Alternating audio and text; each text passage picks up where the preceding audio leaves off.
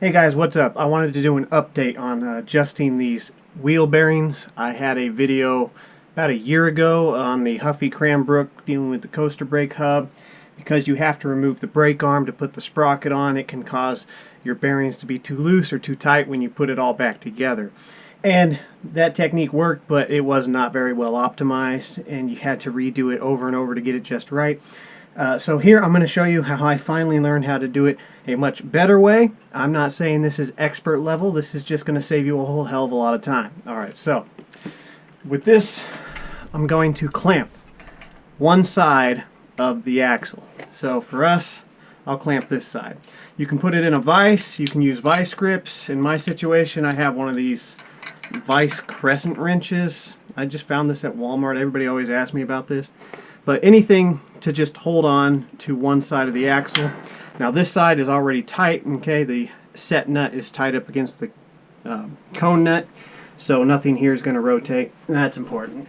Alright, so I'm just going to hold on to that with my legs, and that's just to keep the axle from moving. You have to have some way to keep the axle from rotating while you're trying to adjust these. Now, let's go ahead and loosen these up to simulate a situation where you removed a coaster brake arm or you just re-greased your wheel bearings and you need to readjust your cone nuts so it's not too tight or too loose. Okay, so it's loose right now. We want to get it just right. So what I'm going for here is to make sure there's no slop in the axle, but I don't want this cone nut to be too tight against the wheel bearings where it won't spin freely. And first thing we're going to do is tighten the cone nut just until we feel it touch the wheel bearings.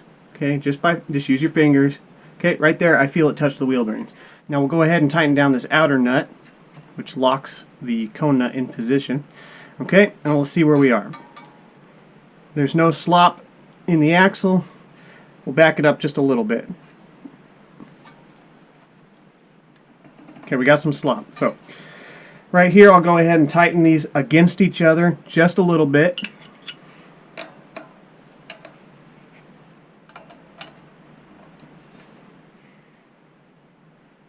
Nice and snug, but don't crank down on it real hard because you need to move these. Alright, let's see where we are. Loose. Let's go ahead and move them both closer to the bearings.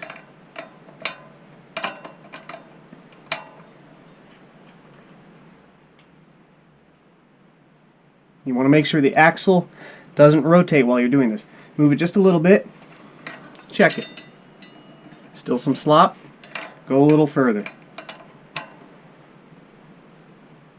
We're moving both the outer nut and the cone nut in the same direction. We're going tighter. Tiny bit of slop, go a little bit further.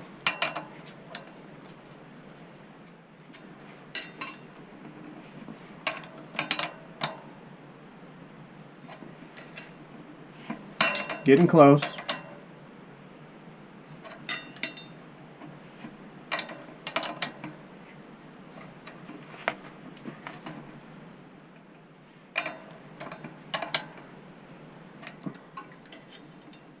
Almost there.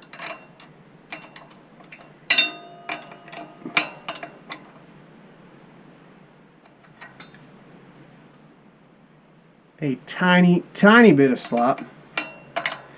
At this point, I'll go ahead and tighten them against each other a little tighter because we're almost where we need to be. Okay, check it.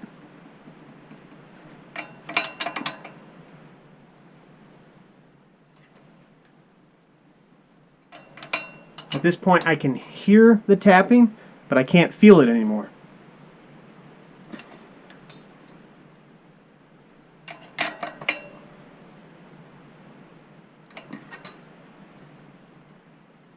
That is really close.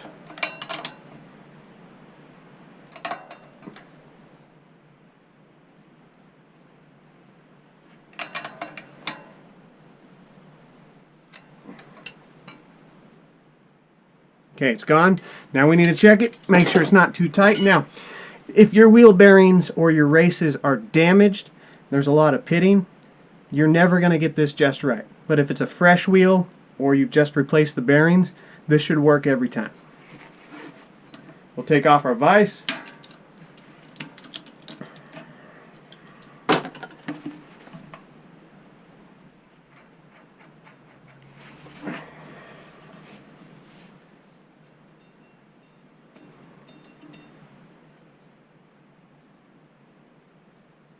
She runs smooth.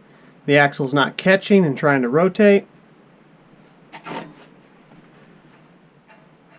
It feels and sounds smooth.